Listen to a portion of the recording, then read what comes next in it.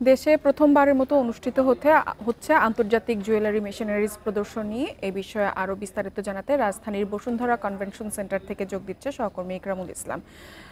ইকরাম, মেলার আজকে সমাপনী দিন, মেলায় কি ধরনের যন্ত্রপাতি প্রদর্শনী হচ্ছে এবং কারা কারা অংশ নিয়েছে এই মেলায়? এখন জন্ম সনদ দিয়ে খোলো বিকাশ স্টুডেন্ট অ্যাকাউন্ট, নিজের বিকাশ নিজে কর।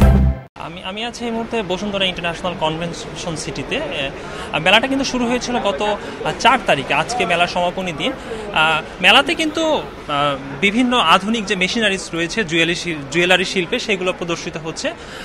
আমরা বিভিন্ন যারা এই কারিগর রয়েছেন এবং ব্যবসায়ী রয়েছেন তাদের সাথে কথা বলেছি, যারা বলছেন যে এই মেলার মাধ্যমে দেশের যে কারিগর রয়েছে প্রান্তিক পর্যায় থেকে শহরের সবাই কিন্তু জুয়েলারি শিল্পে যে আধুনিক প্রযুক্তি ব্যবহার হয় সেটা সম্পর্কে তারা পরিচিত হতে পারছেন এবং তারা কিন্তু তাদের অর্ডারগুলো এখান থেকে দিতে পারছেন।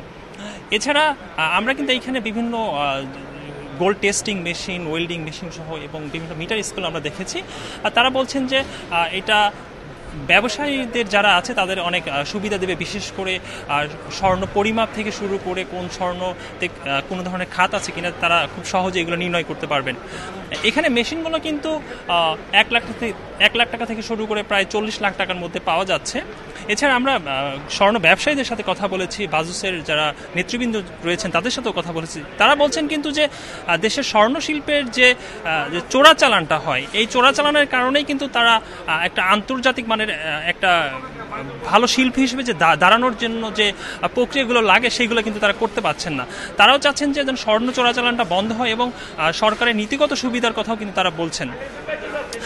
আমরা আরেকটু বলে রাখি, এই প্রদর্শনীতে কিন্তু বিশ্বের 10টি দেশের, ভারত, তুরস্ক, চীন, থাইল্যান্ড সহ 10টি দেশের কিন্তু 30টি প্রতিষ্ঠান অংশ নিয়েছে। এই মেলার মাধ্যমে দেশের জুয়েলারি শিল্প, বিশেষ করে আধুনিক যে প্রযুক্তি রয়েছে এগুলোর সাথে কিন্তু খুব ভালোভাবেই পরিচিত হতে পারছেন সংশ্লিষ্টরা। এই ছিল আমার কাছে সর্বশেষ।